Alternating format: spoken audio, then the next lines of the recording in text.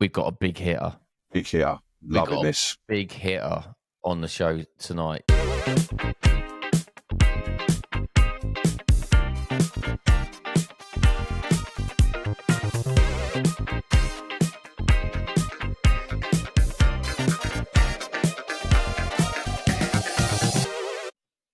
Welcome to the Groove Junction. We're back, John. We are back for another week. We are the Groove Junction. We are the DJ's podcast talking all things DJ. And before we get into the breakdown, the rundown that is the Groove Junction, John, and find out what you and I have been up to, can I thank everybody? I'm just going to say thank you, everyone, because the figures are growing massively. Week in, week out, the figures are growing.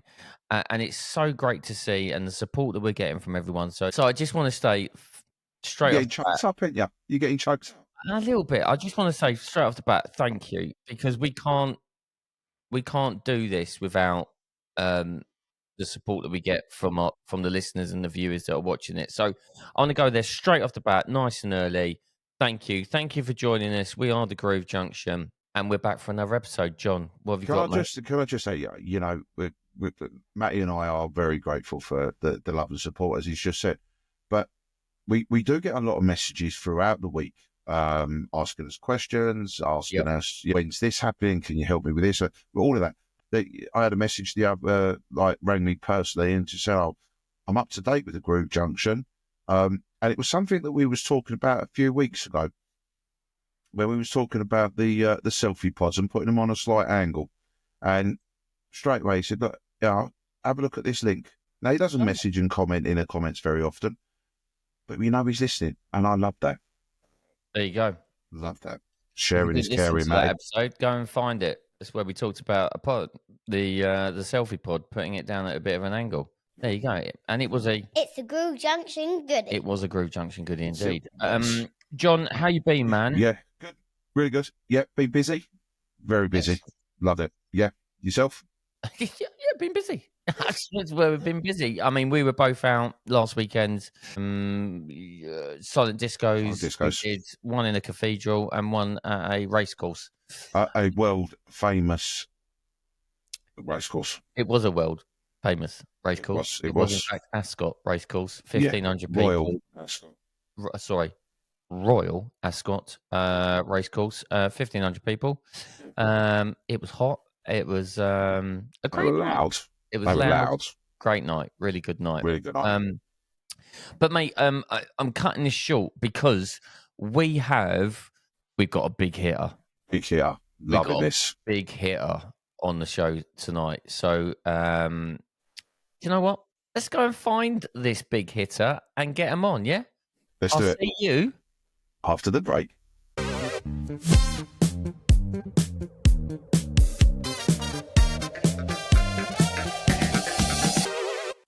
So please welcome to the Groove Junction this week's guest. It's Mr. Jack Kristian, everybody. Excellent. How you doing? Hello, guys. I am doing very well. How are you guys? Yeah, man. Really good. Really good. Thanks for joining us on the Groove Junction. I made it perfectly clear when we were talking off air. You are one of those guys that we desperately wanted on our show at some point, and we've managed to pinpoint you down. You are an extremely busy man, whether you're in the UK or you're spending the majority of the time in the US, because that's where you are based. But we'll get into that, no doubt, as we get going. But Jack, thanks for joining us. I'm going to start it off straight off the bat and go, Jack, your social media profile is amazing. And because of that, that's how we found you and saw you. But before we get deep into that, I just want to ask the questions. How the hell did you start DJing and why? Oh, gosh. Yeah. I got into DJing. My half brother Joe, his dad DJed back in the 80s. There's a 5-year gap between my brother and I, and once he turned 18, he went and got all his dad's old equipment, and we started DJing pubs and a lot of 18th birthday parties, and he'd take me along with him. My real introduction to DJing wasn't DJing per se. I think it was a whole lot of song selection, but it was essentially an old 80s style mixer and 2 netbooks, which the netbooks were like the mini laptops at the time. Yeah.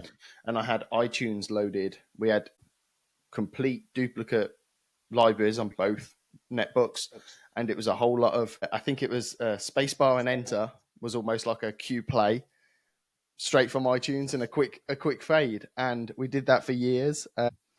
And then one day, I think my brother went to Costco and came home with a Mix Track 2, a new Mark Mix Track 2, which was the little USB powered. And that's where I really started getting more into kind of beat matching and that kind of stuff. I dabbled in the nightclub scene in the UK before I moved out here. So I did a lot of house, EDM, that kind of stuff. And then I moved out here in 2015. And I'm gonna mention out here for all of our listeners across the world. So you are originally from the UK, born and bred, and you are now situated and located in America in Dallas, Texas. Is that right? That's right. So I'm originally from Nuneaton in Warwickshire, just outside of Coventry, and now, I'm about an hour north of Dallas, Fort Worth. You see, Matt. Now we've had conversation. Don't laugh, right? Don't laugh. Right, we've had conversations before, right? And everyone, like you're proper Essex boy in London, you are, John. I'm not. I'm from Solihull, which is in the West Midlands, which isn't far from where Jack was born. But that is not a Solihull accent. No, it's not. No, it's not. But that makes us brothers, Jack. You know what I'm saying? Yeah. Absolutely. I see where this conversation's going. We're only 3 minutes in. Okay, so what was the reasonings behind moving out to the States then? I originally had some family out here, and I came out on a long-term visa and met. It's kind of the traditional story. I met my wife while we were out here, and she asked me to stay, and here I am. Nice. So it'll be 10 years on April 10th will be my 10-year anniversary of coming to the States, and we would have been together 10 years in July, 2 kids, 2 dogs, a house, and here we are. And a DJ setup. And a DJ setup as well. Very slick looking DJ setup at that, I will say. Thanks. Quite envious of your setup, to be fair. And you guys can't see it, but just off camera, I have a brand new booth that I'll be setting up this week that I'm very excited for this new wedding season. So I've got a brand new white bun booth sitting right in front of me. So, Jack, you say that you're ready for this season. So do you try, because you have got a very impressive setup. I mean, last season's obviously very impressive. You've got like what we call over here like a Cosmopod and, your lighting and everything. And then obviously you've got your 360 camera that we've seen as well. Do you like to change things around, spice it up, change things per season? Or is it just as and when you feel on board of this setup, I want to try something new? That's an interesting question, because I think over the years I've remained fairly consistent. It wasn't until recently, I'd say the past 2-3 years, where I've been able to charge enough to make enough money to make those upgrades, right? So I'd say luckily there's not many videos, but some of my first wedding seasons I did out here was very traditional lycra facade behind a 6-foot table. It's only been in the last couple of years that I've really been able to go for those podium style ones. And again, I think it's definitely with the help of social media. It's been great that I've been able to make connections with sponsors, with lighting companies, with booth companies. So being able to network and meet those people that are able to, that see value in my platform, if they send me stuff, kind of it's a nice trade out. They get nice reviews and I get nice equipment. So that's kind of been the most recent way that I've been able to upgrade so consistently and so often. I'm going to ask a question about the setup then currently, and I know you're moving into a new one. So from the US perspective, are many people doing what you do, or are people just going through that lycra stage still, or are we getting into that freestanding, it's just me behind the DJ deck just doing my thing? Or is it a case of loads of lights, loads of everything, and people hiding behind that? What is the general rule for wedding DJs and DJs in particular on the mobile front in the US? So one of the things I've noticed, especially in the last couple of years, is the podium style. The podium style table it's that really does, in my opinion, give a more well-rounded look and a more professional look from a wedding standpoint, right? And I definitely think there is a stigma here that if you're on a podium, you're more of a higher end luxury DJ. That's Now, interesting. That's not always the case, but I think there's definitely been more of a focus on a wedding DJ being a part of the entertainment as opposed to the wedding DJ just being a vendor that goes in the corner of the room and just sits down and plays music. So now, and I think it's a culture thing as well. I think clients are wanting entertainers that can perform and that can entertain, that can put on a bit of a show, holding the room. and holding the room. And of course, there's also the accusations with DJs on like, are you really mixing? Are you live mixing? Is it pre-recorded? Have you just put on a mix, right? When you're on that podium and you're right on the edge of that dance floor, everyone can see every button you're pressing, everything that you're doing. So I think clients like to see it. And I know from a wedding standpoint, there's been times I've been mixing at a wedding and all of a sudden Uncle stood right in front of me and I pick my head up and I'm like, hey man, have you got a request? What can I help you with? It's like, I'm just watching.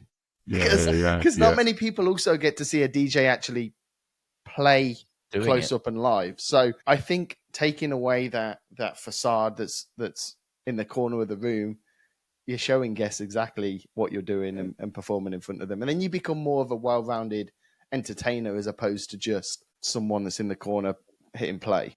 And I would say that speaks exactly how your social media fits with that, is because I think you've captured that really, really well. And we're going to get into the social media side of things and how you've developed that and how you've grown it and where you've traveled with that. I want to ask the question in relation to the wedding scene. What do you think the differences are from the wedding scene in the UK compared to what the wedding scene is in the US? The length of dancing is massively different in the States from what I've experienced. I've only attended a handful of weddings in the UK, and I never DJ'd weddings in the UK, so I can't compare working either. But from my experience in the UK, I mean, you guys can pretty much open your dance floor at 7 p.m. and still be dancing at midnight, right? Yeah. My weddings out here are mostly between like 5 and 6 hours long, period, from prelude before the ceremony through to exit.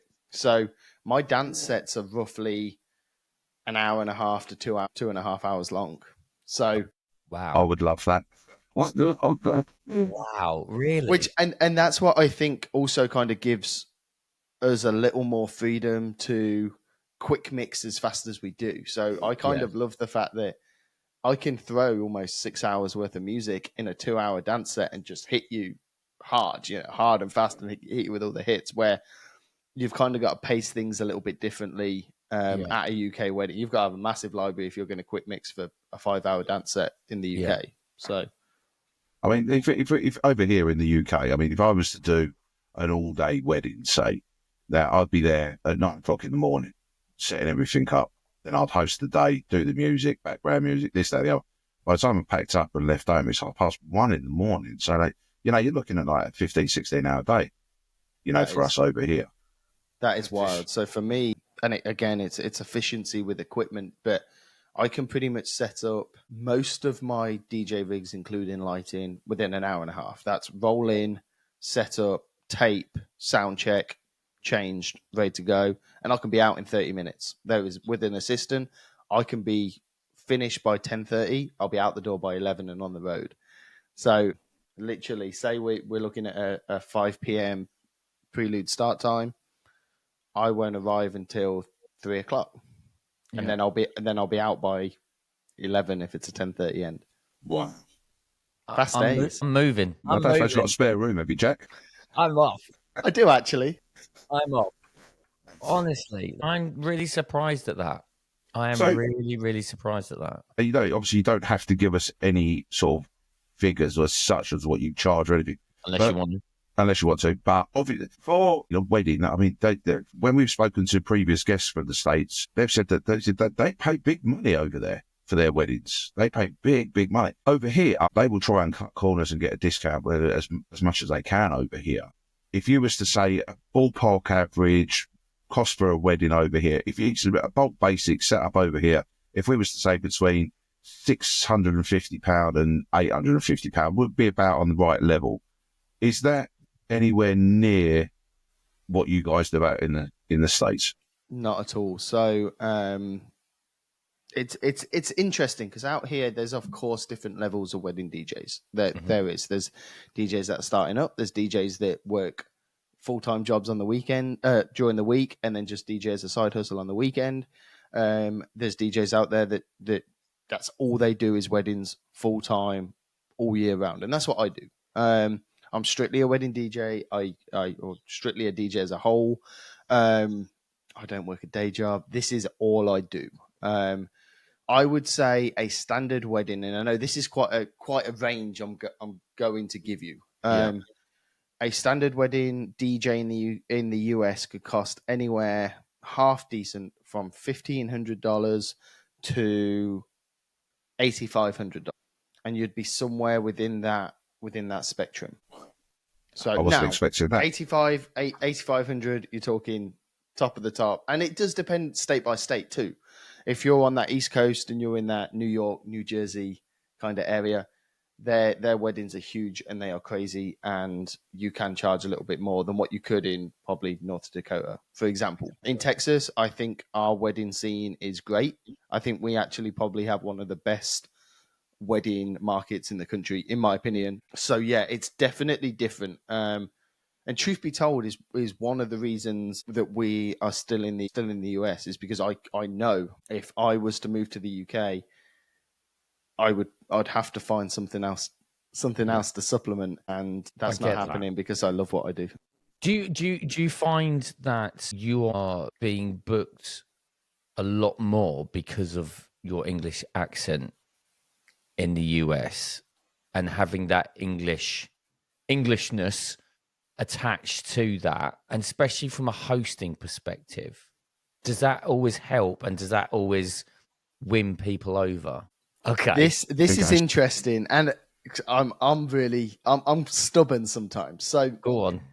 I don't think I've ever said this on a podcast before. When I first started up my business here in North Texas, a lot of people, especially in my town or in my circles, a lot of my friends, people would say, people only book you because of your accent, don't they? And I had to kind of not be offended to be like, I DJ too, right? Like, I can DJ. I don't just talk all of the time. So you'll notice in a lot of my social media videos, I every now and again will post an MC video, but I don't talk. And that was my way of kind of proving I can still get booked without my accent, which now I take a little bit of pride that if I post an MC or an MC video, or if I post a video of me doing entrances or what have you, I'll still get comments saying, I thought you were American.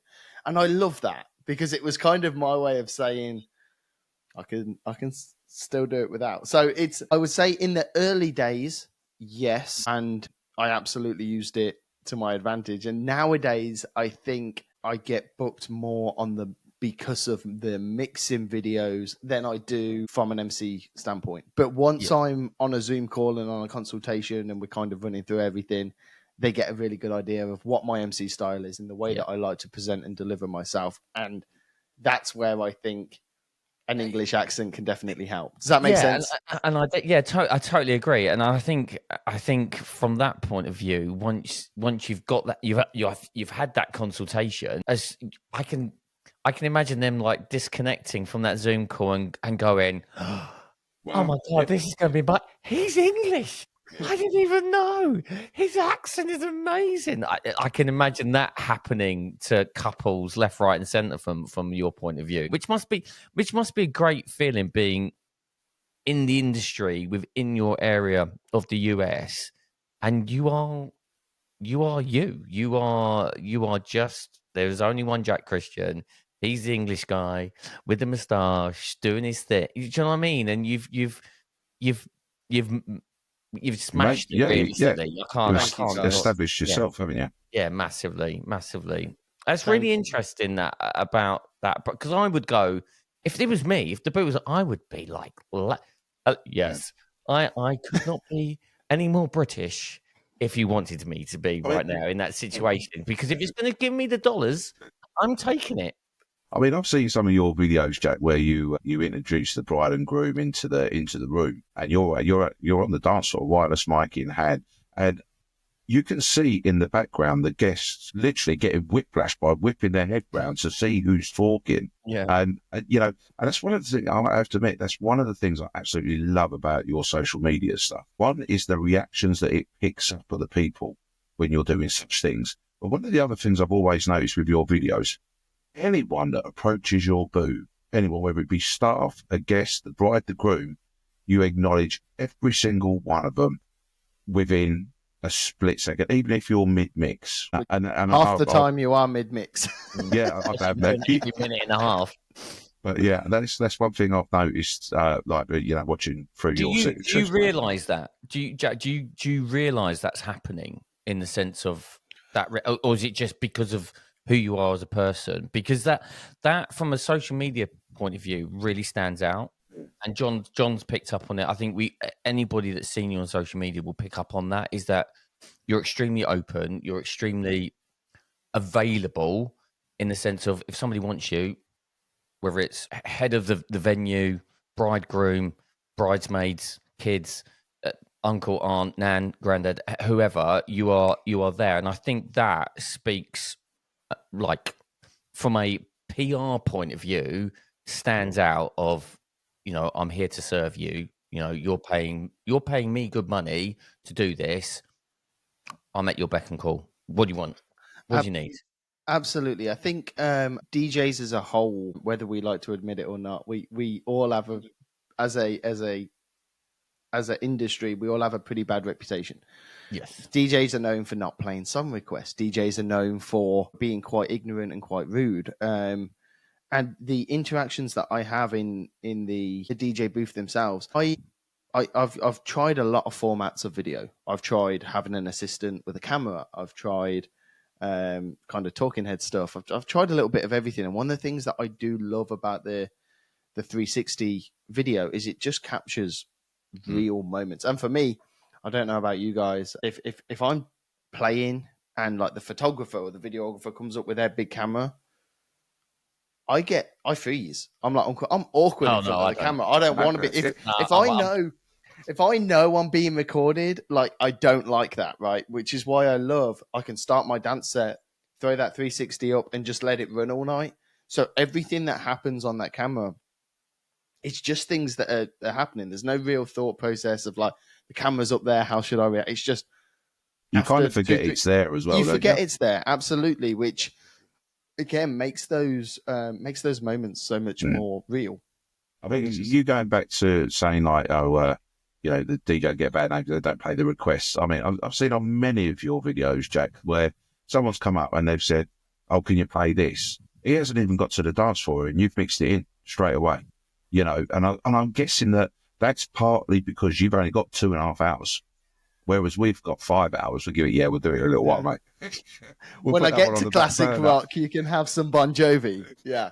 But your social media is amazing, mate. Thank you. From a 360 point of view, then, because we've both got them. Me and John have got them, and I use mine a lot. What do you think? You obviously touched on the benefits of having the 360 because it's capturing that natural thing. When did you realise that actually having the 360 is a really good tool for you from a social media point of view? Because a lot of the product that you put out on social media is from that 360 camera. And I personally find it quite hard going through all of that content. Not that it's constantly playing all the time. I'll put it on for 20 minutes and then watch a bit of it.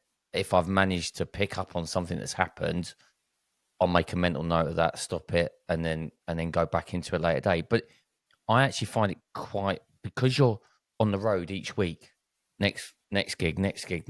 I've got stuff on there will never get shown. So how do you approach all of that? It's just a part of my routine. It's just now, and same with posting. I post almost every day because for me, it's as routine as like waking up in the morning and brushing your teeth. It's just what you do. I have to post every day. And same for editing. For me, it's a part of my Monday.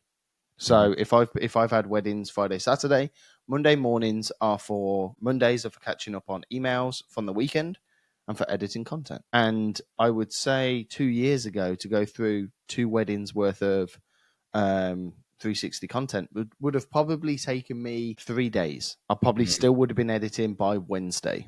Now I can edit 2 weddings worth of content in half a day. And that is, and I go through quite a lot of processes within my editing. I edit once in the 360 app. I edit once in CapCut because that's where I overlay my recorded sound to make sure it sounds okay. And then I edit once more in the TikTok app before it gets posted. So it's quite a lot of editing, but the more I've done it over the years, I've just become very, very efficient. And kind of what you were saying about making mental notes about, there was just a moment, a really great thing that it was Nate Nelson that said this to me, because I would just literally just scrub through 30-minute clip until someone came to the booth, or I would just listen song by song. So mix song, scrub, mix song, scrub. How did that sound? If I find one that I'm like, that was nice, export. Is every time, if you know that you've just had a really cool interaction at the DJ booth and someone's walked away, just making sure that your assistant is cued in and can be like, let me just stop the video there.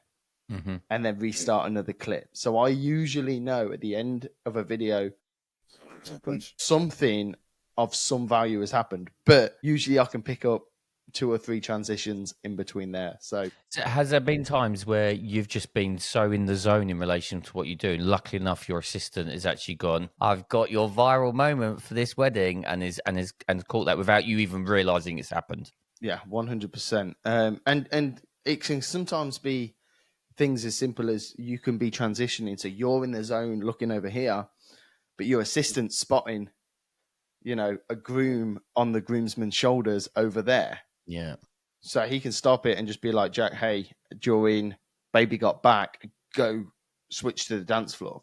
And he'll send me that note. And while I'm editing, I'll look through what he sent me. I'll be like, okay, there it is. Spin it round to the dance floor. Oh, that's fun. So yeah, definitely. Absolutely. Do you use the same assistant every time? I did, but now I had a guy working for me for a little over a year. He was awesome. He's just come out of the industry. We're still really good friends.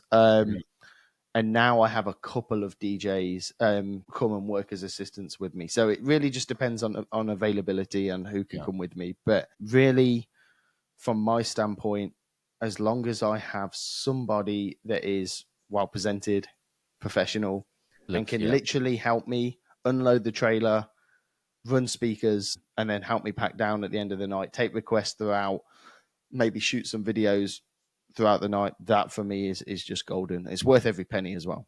Nice. So from a social media point of view, why do you think you have the figures that you have? Oh, gosh. Because everyone's got this fixation. Everyone has got this. Any DJ, in particular the DJ world in the moment, because we had DJ 247 on 2 weeks ago now, and he was saying about you got to get a reel out a day. It doesn't matter what it is. It can be absolute anything. It's just a constant. You've got to keep pushing, push. Every DJ, I think now, are very fixated on the social media posts, and it's like, why am I not getting views? Why am I not doing this? Why am I not seeing that growth? Because, as our friend 247 said 2 weeks ago, his growth, all of his 90% of his bookings for this year have come through Instagram. Is because he has really channeled his efforts in the Instagram market, and that's where he's booked out the entire year. So, and that's purely from an Instagram. So everyone has got this fixation around Instagram and growing the thing. So why do you think you have put yourself into this position where you have got the views, the follows, and are so credible in that space?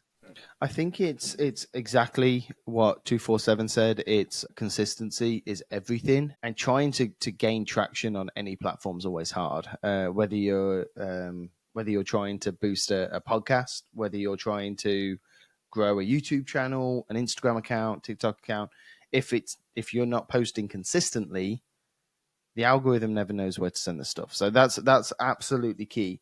I think there's a lot to be said about building a community within your following base, which is something I take a lot of pride in. I know John had said he'd reached out in DMs and asked questions. And I love that my DMs are open on TikTok and Instagram, and anyone can reach out anytime. And I love the fact that brides and grooms can message me on Instagram and ask me questions about weddings. I love to respond to comments. If people are taking the time out of their day to respond to comments on your posts, just taking, 15, 20 minutes a day just to respond to those, I think goes a very long way. Because all of a sudden you're not just posting to brag about yourself or brag about whatever you're posting. You're doing it for the purpose of gaining clients, of building a community, of reaching maybe other DJs that may like your stuff, but taking the time to interact with them. I think building the community is massive. Funnily enough, I spoke at a conference in December in Boston, and one of my big tips was go to your comments and respond to them. Spend 15, 20 minutes, go down your last 15 Instagram posts and go and respond to every comment that is worth a response. If someone's done fire emojis, you don't have to respond back with thumbs up if you don't want to. But for the most part, go in and respond and see what happens. And I had 2 or 3 DJs reach back out after that conference, be like, dude, I just did this and my views have just been boosted. And it's literally social media platforms want to see you involved. They want to see you. I kind of see it from a polite standpoint. Why would a platform post your content if you're doing nothing for the platform?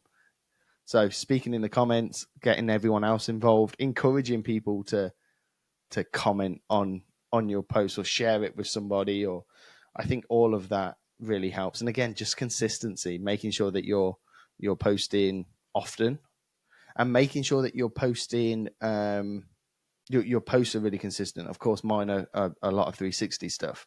So people know when it's 360, that it's usually going to be my video that shows up. Now, of course, there's lots of DJs doing 360. But yeah, that would be why I think things have gone really well. But when it comes to consistency, and I've had this conversation a few times, people as a whole will see somebody that's gained success online and say, oh, they just blew up, or they got lucky. They just got lucky on that one video. And in my experience, it's just not the case.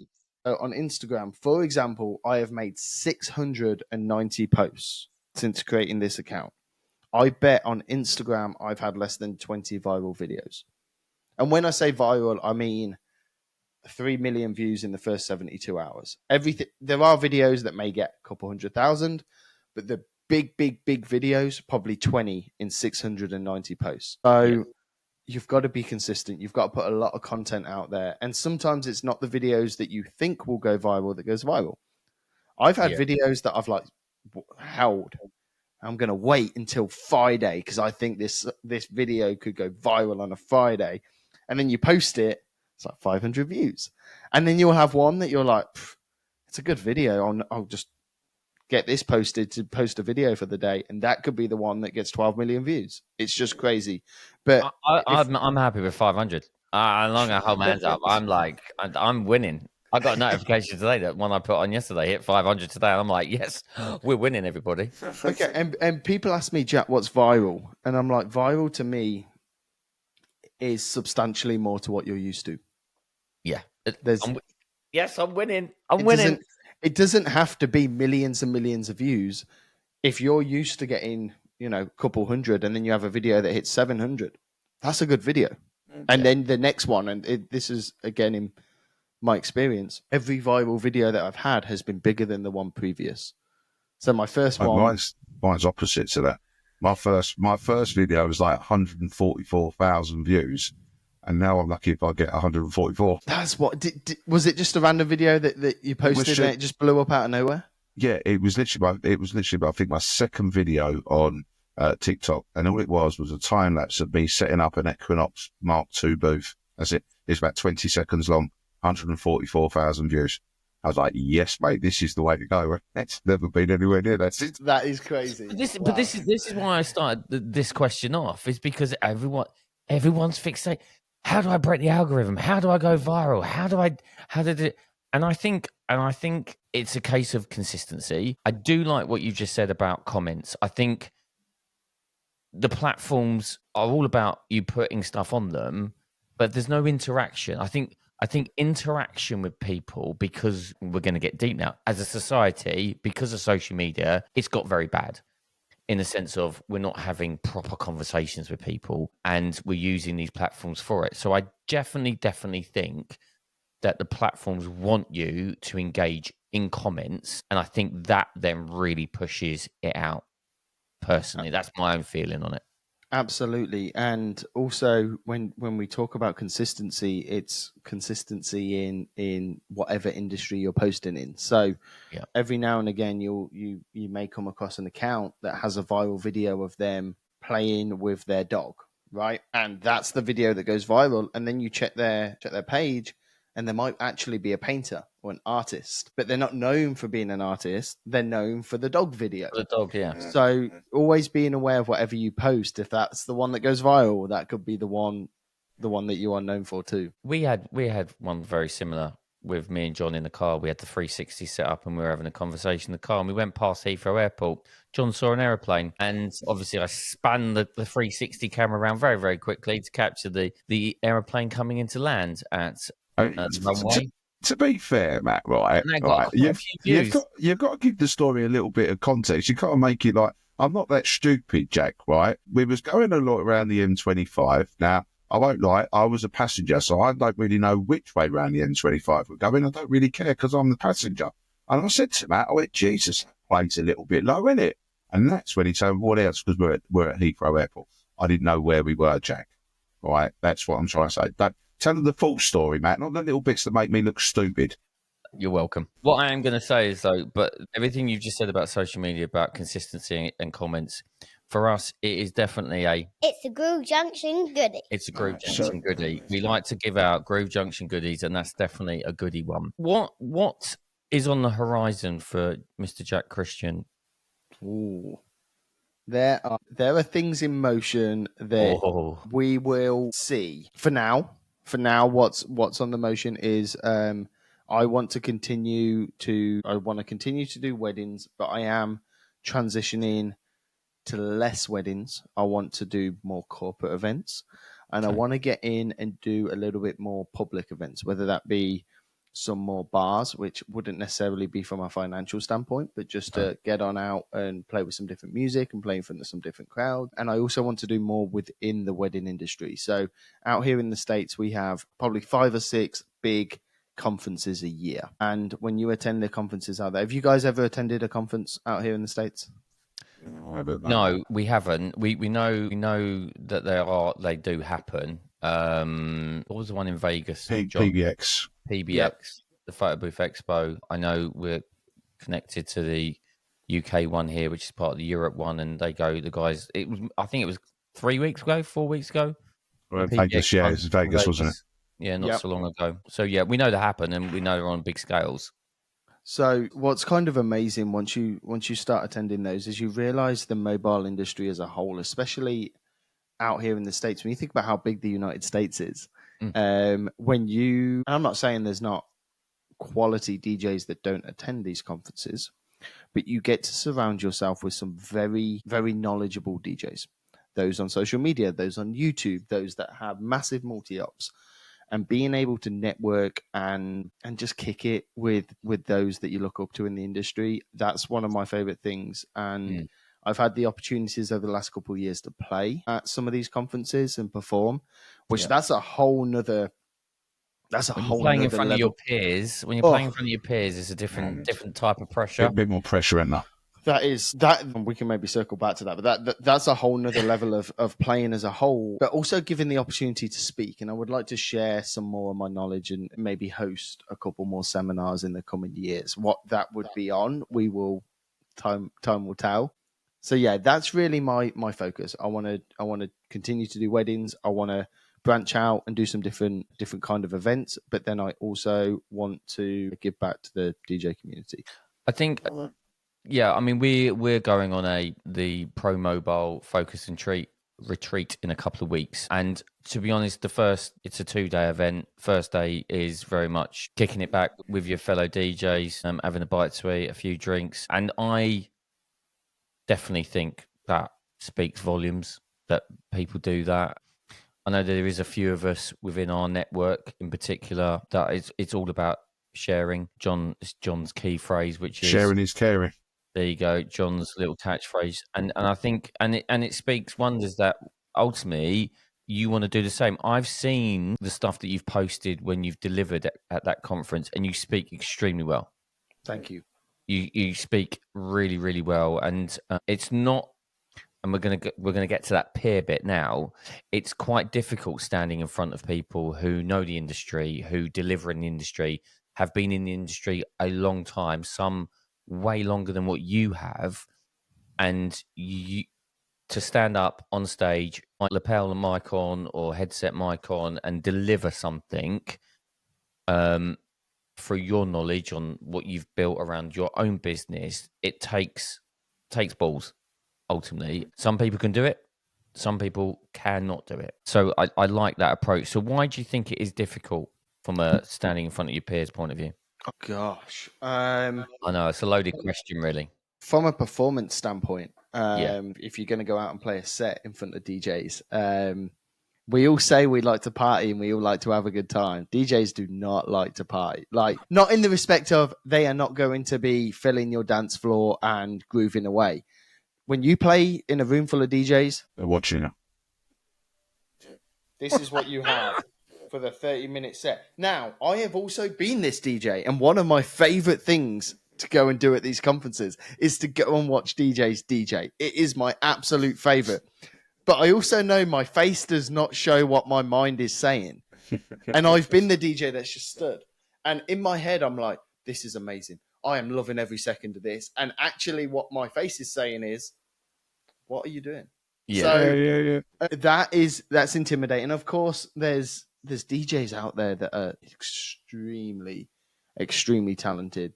And everyone's got their different style. Everyone's got their different style of mixing. So that's, of course, intimidating. And then there's always the level of imposter syndrome. There's always the level of you're known for posting mixes online, but can this guy really mix? What if you disappoint? One of my biggest fears, you guys, is to have somebody see me play live and be like, that was okay. Because you when you put yourself out there online, you can definitely, people can put DJs on a pedestal, and if it doesn't deliver, I'll never forget, I did this set at Wedding MBA. It was at the Hard Rock Cafe in Las Vegas 2 years on this past year. I did it 2 years. Yeah. And it's right on the Las Vegas Strip. It's a great night. And that one's super fun as well, because it's not just DJs, it's venue owners, it's florists, it's photographers. So you kind of get into play for your peers, but they're not just DJs. So you've got a whole lot of a big female crowd that are just letting loose and getting to really have a good time, that are, late 30s, early 40s, 50s, that don't get to go to Vegas all the time. So that's always a really fun crowd. And there was this DJ that had come down from California and was really excited I was there. He saw me on the dance floor and he came up and he was just lit up. He was like, I'm just letting you know, like, I really want to come to Wedding MBA, but I was really excited to see your set. And I'm like, okay, cool. Like, I'm really proud of it. Like, I've put a lot of work into this. I think you're going to love it. I'd made custom mashups and custom edits, and I was releasing a lot of them for the first time. So I was excited. Yeah. And I came off stage after the gig and thought this was a really good set. I was proud of it. And as I came back out, he was stood there. He came up, he was like, hey, great set, man. I was like, hey, thank you. What do you think? And he was like, it didn't blow me away. And my heart just was like, no. Right. Now, you can, and again, people on social media as well, and in the comments section, you can have 50 lovely comments. Yeah. And you might get one bad one, and that's the one that sticks. But that will be, for me, what I remember, but I take the positives and I will make it to where the next one I do is even better. And one day I'm hoping it'll come up and be like, yeah, that's it. That was the one. So you got to take the positives, but playing in front of your peers, man, it's hard. It's hard. It's nerve wracking, but it's a big rush too. It's a heck of a rush. So it's a lot of fun. Well, I have to do it every week with John on stage when we do the silent disco stuff. I'm under so much pressure. Him next to me. Oh, well, I don't know what to say. I haven't really got anything to come back with. I've got nothing to come back with. I didn't know what you were going to say, honest. What are your favorite music genres or eras to play? What's kind of like, if you could play one genre, what would your go to? See, I like progressive house and EDM. Yeah, I really do like that. I think that's what I go to. I think for me, there isn't any one thing that I'm like, oh yeah, I'd just do that. I'll give you the example from a silent disco point of view. The DJs that are on the roster as such, I know where their strengths lie, and I utilize that because I need 3 DJs on stage covering either a decade show, whether it's 80s, 90s, and noughties music, covering all genres, or if it's just a decade show, I'm looking at genres for them to cover.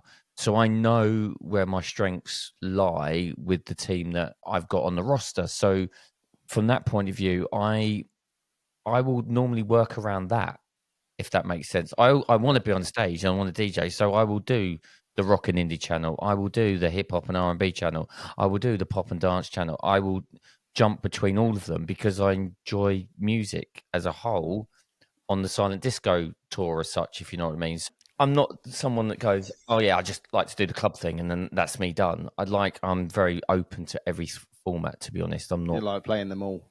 Yeah, I'm not. I just like doing it. I just like doing it like that. I can't wait for the next show or the next gig. I'm very similar to that with the silent disco zone because, I mean, the crowds that we're putting in, I don't think I've done a crowd less than 700. You know, yeah. So for me, it's a huge buzz for me. You know, so from a music point of view, there isn't anything for me personally. What yourself? What does it sit for you? So from like a listening level, I listen to everything from Sinatra to AC/DC to 50 Cent, and I just love it all. From a mixing, like if it's like, Jack, you need to host a night and you can play nothing but this genre, this era, it would be 2000s hip hop. That like 50 Cent, Nelly, Missy Elliott vibe. Like I love all of that. But one thing I've learned though, that's not so big in the UK, right? Like the hip hop, I feel like does not translate as well as maybe the house and the dance. Or am I wrong? I think again, it's a bit like what you said. It depends where you are in the country. I think that massively depends on the country side of things, of where you are.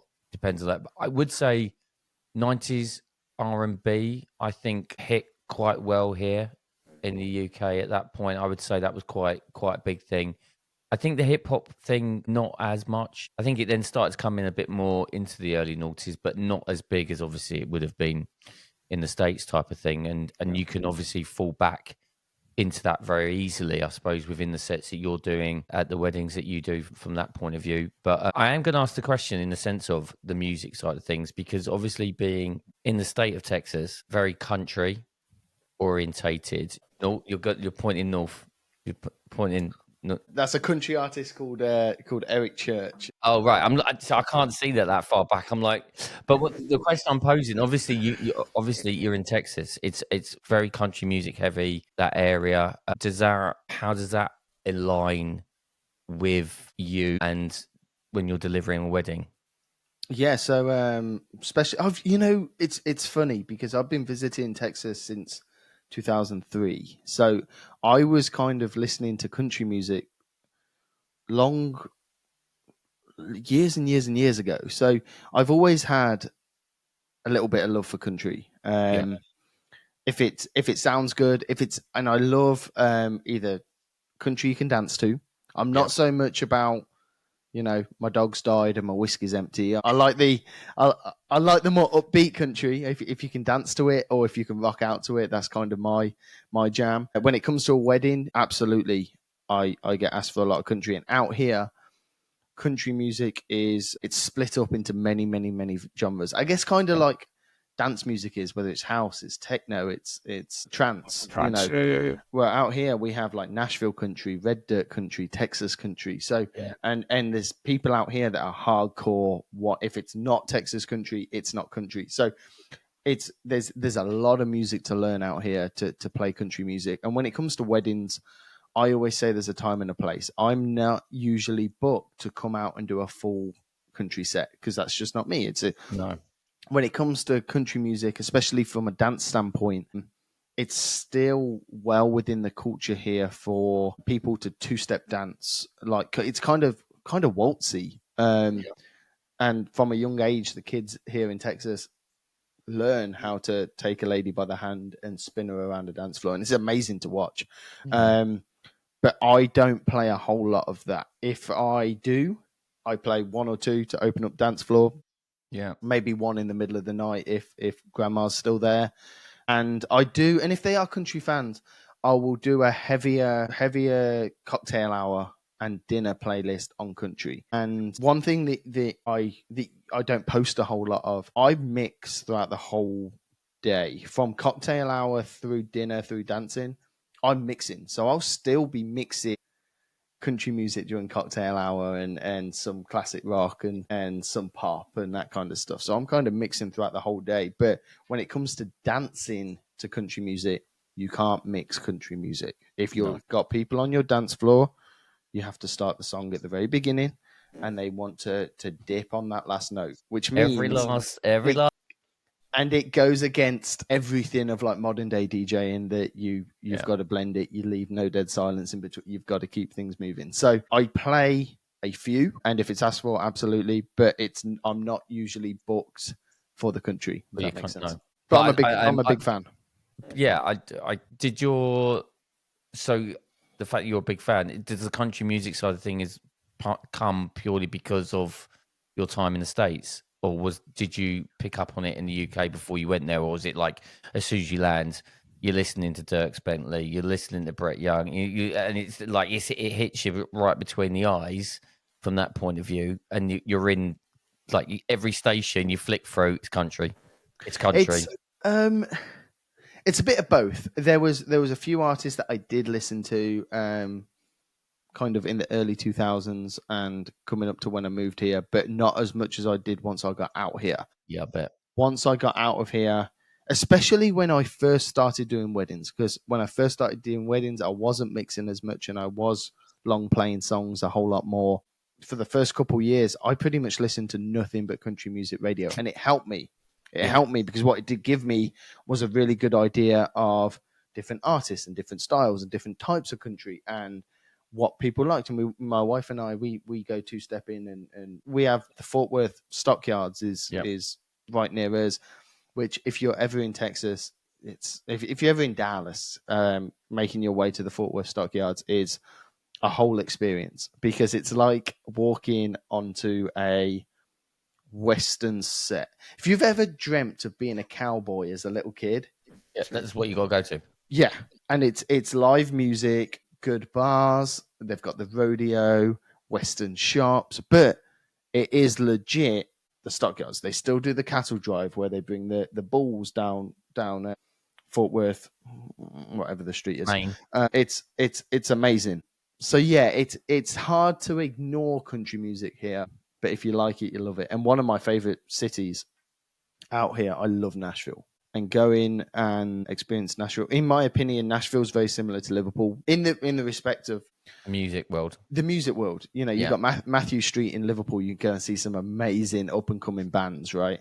And you go to Nashville, and it's literally one bar after the next, live music, live music, and amazing, talented artists that could be going on tour next week if they get that phone call. So yeah. Very cool. No, I agree. I agree with you. And my mum lives out in the States, and every time I've gone over there, like country music starts straight away, and you go, oh, yeah, I can get into this quite, and I like it. And It's sort of one of those. It's one of those passions that you don't really sort of talk about much, but you do like it, if that makes sense. Do you feel like country music sounds better when you are in the States versus when you are in the UK? It's something 100%. about it, right? Weather, truck, window down, country music on. I'm done. Am I right? Am I right? It was funny. I remember the first time I brought my wife back to the UK, and we rented. I think the car they gave us for the rental. I think it was like it was some Peugeot, I think. And we get in the car and we put on our usual, road trip playlist. We've got a long drive from Heathrow, and I get about 15 minutes out of the rental place. It just didn't sound right. I was like, the cold weather's hitting me, the rain's coming down. I'm on the wrong side of the road or the left side. You know what I mean? And I'm like, this music just does not sound right here. And literally, I rarely, whenever I'm back home, I end up listening to more British artists. I want to listen to Coldplay and Robbie Williams, and I want to get into a little bit more of that. But I wouldn't necessarily listen to so much of that in the States. So it's kind of crazy how whatever you listen to changes depending on where you're at. Yeah, and I agree totally. I totally agree. Jack, fortunately, our time has come up. We're getting to that point of the hour, but I'd love you to come back on because I think there's still so much for us to talk about and get down and dirty with the conversation a little bit about, especially with the collaborations that you've got as well. That's something we've not touched on at all on this episode. So I'd like to talk in the future about that. And like you said, you got things coming down the pipeline. You got things that you want to start progressing this year, and hopefully later on this year we can get you back on and see where you are with all that. Yeah, that'd be good. Absolutely, I'd love to. Brilliant. Lovely. Jack, thanks for your time, mate. Appreciate your time. It. Really do. Thanks for joining us on the Groove Junction. Absolutely. Thank you guys both for having me. Jack.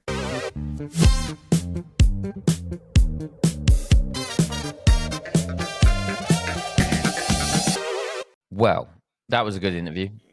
Mind blown. Are you? Yeah. Yeah. Wow. For a start. Firstly, go on. What a gentleman. What a nice guy. 100%. Like, we've never met. We've seen his social media. We've seen it pops at us constantly because he's smashed that. So he's getting what he wants social media wise, hence why we've seen it. I love it. He's really captured the market where he is in the States, 100%. 100%. I just think what a true gent. Firstly, Jack, thanks for coming on. Yeah, thank you. Secondly, that was an amazing interview. I loved the talk. I loved the honesty. So transparent. Yeah, really transparent. And I think there'll be more of it. And he spoke to us off air. He's got some things coming down the pipeline. Yeah. So I am really, really interested to see what those are. I think also one of the things he said in his interview is spend 10 minutes going through your DMs and your messages and replying back to them. And I know firsthand that he does do that, because I messaged him. I think, to be fair, man, I think I messaged him before I even knew you, because I'd seen his social. What? Yeah, no, it was because I'd seen his social. You had a life before you met me, John Colley? It's a little bit of a life. It wasn't much of a life, I won't lie. You've come in and changed everything, Matty. You really have. But back then I was asking, how are you getting this video footage? What? How are you doing it? And that's when I found out about the 360. And then obviously when I met you, you showed me like firsthand the 360. And I messaged Jack, and he did. He messaged me. It took him a couple of days because he's obviously there's a time difference over there, and he's a very busy man. There's only a couple of there's a few hours, but he's always been very busy. Yeah. But he will reply to you, as quick as he can. So I just like the fact that we've got another DJ in the community of DJs that we're all in, and everyone listening. The majority of you I know are DJs that listen. We've got somebody in the community that wants to help. You know, that's one reason why a lot of us are doing what we're doing on these platforms is we want to try and help people. We want to shed a bit of light on what we do, have a bit of a laugh and a joke, and I take the mickey out of John as we do it. But you know, that's part and parcel of it, isn't it? It's part and parcel of it. Part and parcel of the podcast. But I just like to think that there's people out there that want to help.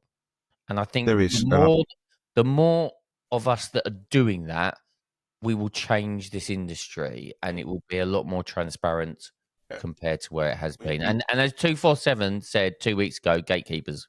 Too many gatekeepers. Yeah, there is. I mean, the thing is, we've all been at that position, the start line. We've all been there, not knowing what controller to buy, you know, or you know what's going to work for them, what sort of DJ do they actually want. We've all been there. Yeah. And you know, I like to think that we're on hand to help people with, you know, with our experiences and such like. And say to them, say, look, you know, why don't you try this?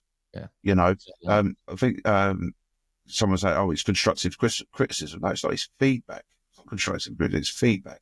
You know, try this. It might work for you. It might not work for you. Exactly. You know, and that's what we hope to do. We want to bring new people into this industry. Exactly that. John, nice one. What a great episode. What you got coming up in the week ahead, my friend?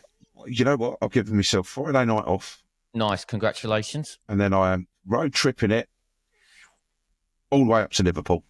Road tripping it to Liverpool. Who's your driver? I have a chauffeur. Oh, who's your chauffeur? Matt's Cabs. Oh, Matt's Cabs again. Cabs again. Right, okay. Yeah, I've got a bit of a deal with him, really. As long as I pay him with Tangfastics, I'm much good to go anywhere in the country. It's a win-win. It's a win-win. Yeah, we're up in Liverpool Cathedral doing a silent disco up there, 80s, 90s and noughties night with Sophie Lou, who we've also had on the show previously. So we are up in Liverpool, 2,000 people in the cathedral up there. It's going to be epic. But yeah, looking forward to that. We'll talk about that, no doubt, next week. I need you to drive back safely but quickly Saturday night because I've got 2 children's parties on the Sunday. Oh, and the first one is at 11. So if we could, like, you know, maybe McDonald's drive-through this time. Yeah, let's go. Yeah, back to Texas again with Jack. Go. Have a good week, man, and I'll see you next week. Be safe, be lucky. See you later, everyone. Thanks for joining the Groove Junction. You can find us on all your podcast providers as you do week in, week out. We appreciate the support and the love. We'll take. Right. So we're not going yet then. No, we're not going. You said like, thanks everyone. Sure, thank you. See you next week. That's kind of like it's like you hang up first. Now go on, you hang up. Right. Do your spiel first. Do your spiel and then give it. Right. I'll see you next week. Thanks for joining, everyone. That's it. The spiel is over, John. I'll see you next week, buddy. Ciao. Take care.